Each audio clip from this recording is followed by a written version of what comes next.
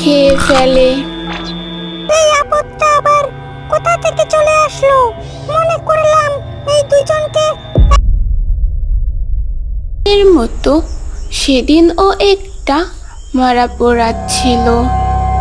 সারাদিন অনেক লাশ পুড়িয়েছে সে, তাই তার কষ্ট হয়ে যাওয়ায় সে বসে পড়ল। বসে বসে দেখছে শ্মশানের লাশটি ঠিক মতো পড়ছে কি, আর একটু একটু করে মদ খাচ্ছে। বুদ্ধ মদ খেতে খেতে তার পাশে থাকা একটা কাপড়ের টুকরা থেকে বের করলো 2টা স্বর্ণের চুড়ি। তারপর সে বলল, এই সব অজানা লাশের জন্য আমার মতন গরিবরা এইভাবেই ধনী হয়ে যায়।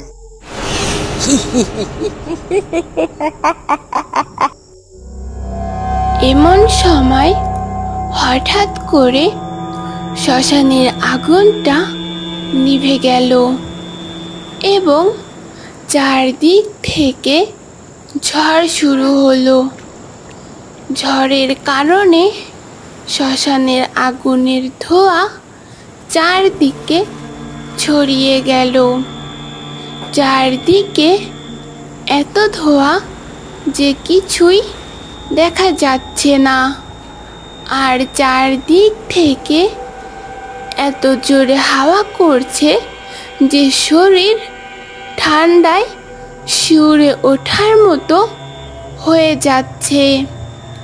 এ দেখে বুদ্ধ অনেক ভয় পেয়ে গেল এবং ভয়ে ভয়ে সে কোনো রকমে উঠে দাঁড়ালো। উঠে দাঁড়াতেই ধোঁয়ার মধ্য থেকে তার সামনে হাজির হলো ভয়ানক এক শাকচুন্নি। শাকচুন্নিকে দেখে বুদ্ধ ভয়ে কাঁপতে থাকলো। আর তখন এই শাকচুন্নিটা বুদ্ধকে তার মুখের ভিতরে ভরে খেয়ে ফেলে। মনে হচ্ছে এবার একটু তৃপ্তি পেলাম। মানুষের মাংসের এত স্বাদ, মানুষ খাওয়ার মজাটাই আলাদা। কিন্তু এই বজ্জাত মানুষগুলো অনেক চালাক। যাই হোক, আমিও বুদ্ধি খাটিয়ে তাদেরকে ধরবো আর এভাবেই মানুষ খাবো। যাই হোক, পেটটা ভরেছে, এখন আমাকে প্রতিশোধ নিতে হবে। আমার পরিবারের সবাইকে যে মেরে ফেলেছে তাকে আমি ছাড়বো না। তার পরিবারকে আমি খেয়ে নির্বংশ করে দেব।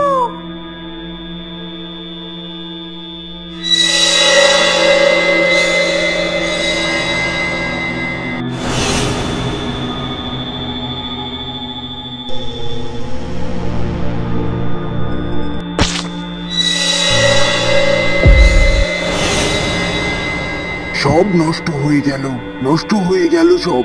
কে আনলো এই মাংসের টুকরা? কে আনলো?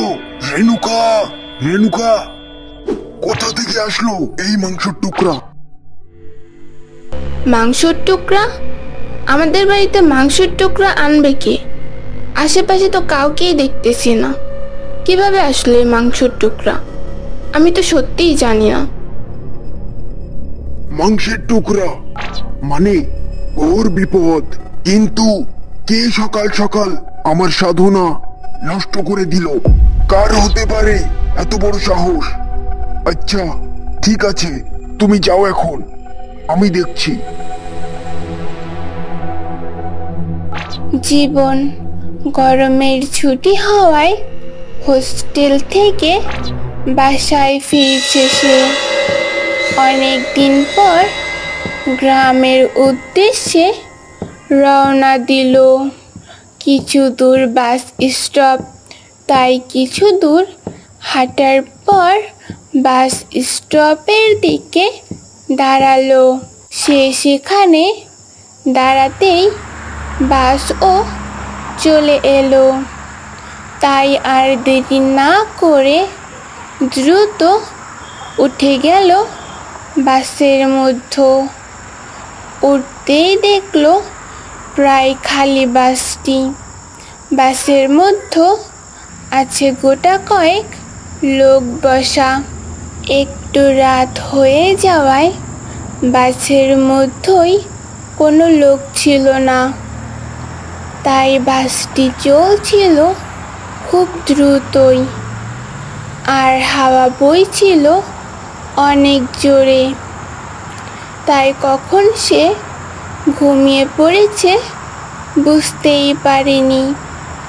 ঘুম ভাঙতেই দেখলো আর একটা স্টপ পরেই তার নামার পালা।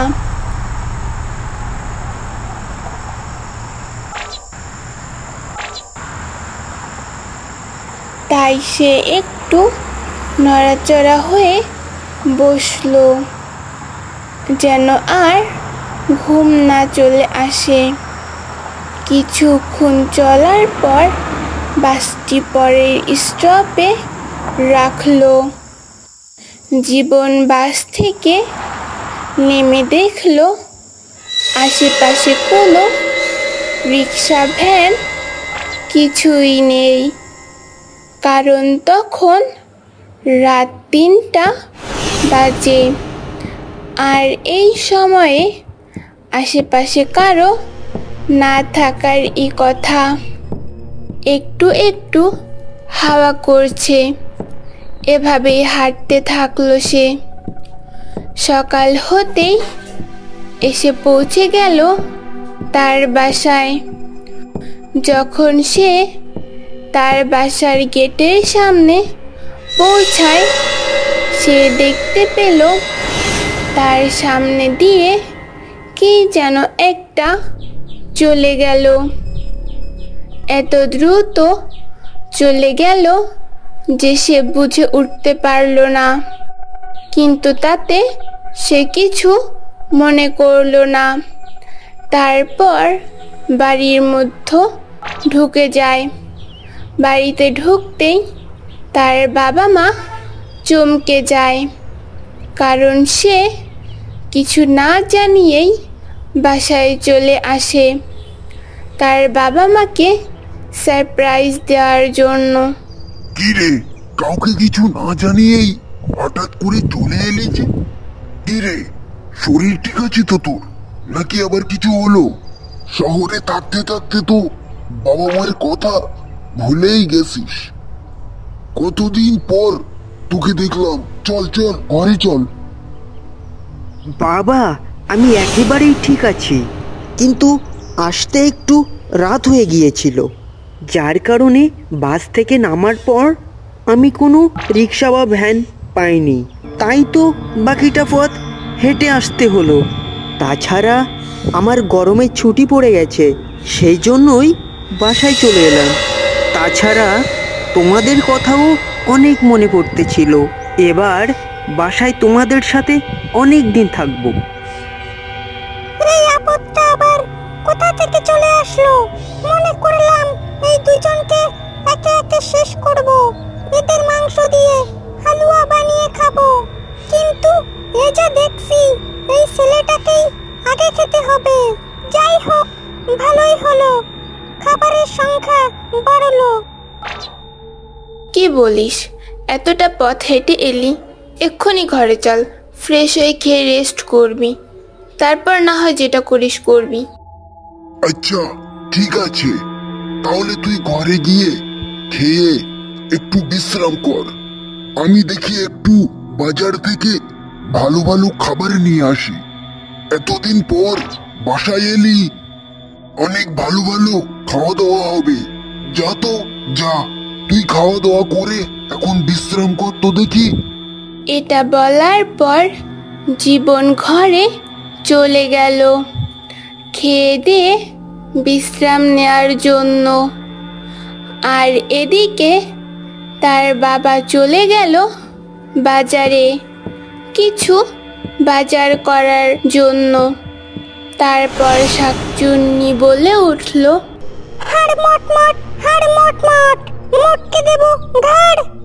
খেয়ে দে তোর উপর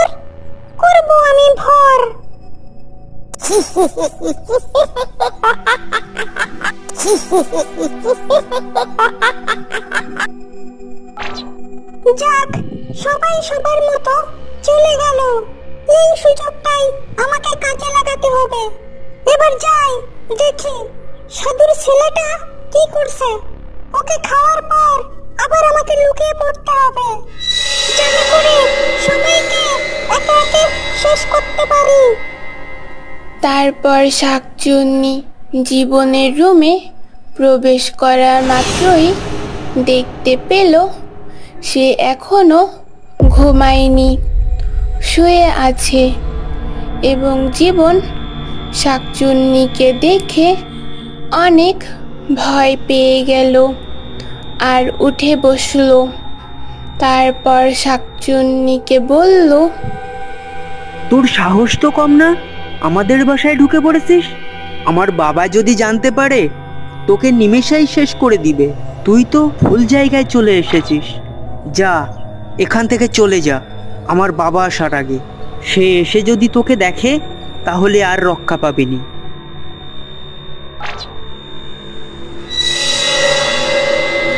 আমি হলাম শাকচুন্নি। তোর বাবা আমার পরিবারকে শেষ করে দিয়েছে, সবাইকে মেরে ফেলেছে। সেই প্রতিশোধ নিতে আমি তোর পরিবারও শেষ করে দেব, কাউকে রাখবো না। দেখ এখন তোর কি করি। কি হলো কি? তুই এখনো ঘুমাস নাই কেন? আর কার সাথে বা কথা বলতেছিস? এখন একটু বিশ্রাম নে।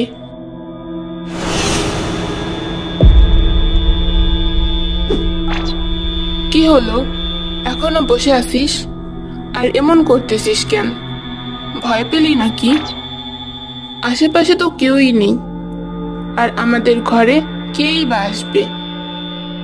আমাদের বাড়িতে একটা শাকচুন্নি এসেছে। সে আমাদের সবাইকে মেরে ফেলতে চায়। ও এখানেই ছিল, তোমাকে দেখে এখানেই কোথায় লুকিয়ে পড়েছে। কি বলিস? আমাদের বাসায় শাকচুন্নি? ওর সাহস কেমনে হয় ও আমার বাসায় ঢুকে? তাই তো বলি, কাল সকালে মাংসর টুকরা কোথা থেকে আসলো?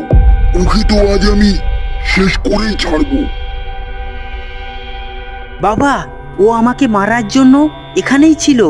আরো বলছিল একে একে আমাদের সবাইকে শেষ করে দিবে। তুই একদম ভয় পাস না, আমি তো আছি।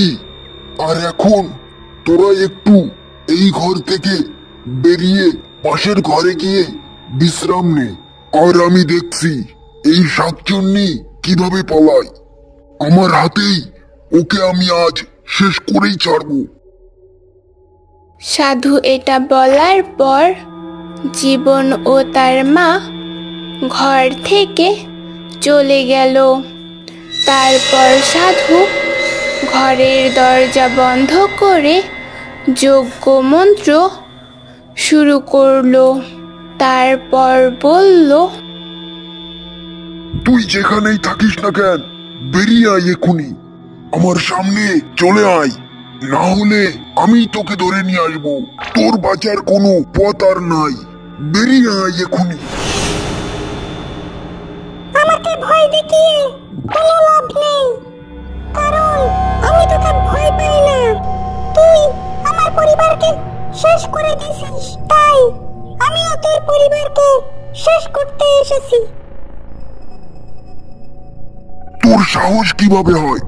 তুই আমার সামনে দাঁড়িয়ে আমার পরিবারকে শেষ করার কথা আমাকেই বলিস? আমি যেমন করে তোর পরিবারকে শেষ করেছি, ঠিক তেমন করে তোকেও আজ পুড়িয়ে মারবো। দেখ কি করতে পারি আমি। এটা বলার পর সাধু কিছু একটা পরে শাকচুন্নির গায়ে ছুঁড়ে মারলো। তারপর শাকচুন্নির গায়ে আগুন জ্বলে উঠল, আর সেই আগুনে জ্বলে পড়ে সেখানেই শেষ হয়ে গেল শাকচুন্নির শরীর। তারপর আনন্দে দিন কাটতে থাকলো সকলের। নিঃশেষ হয়ে গেল শাকচুন্নির বংশ।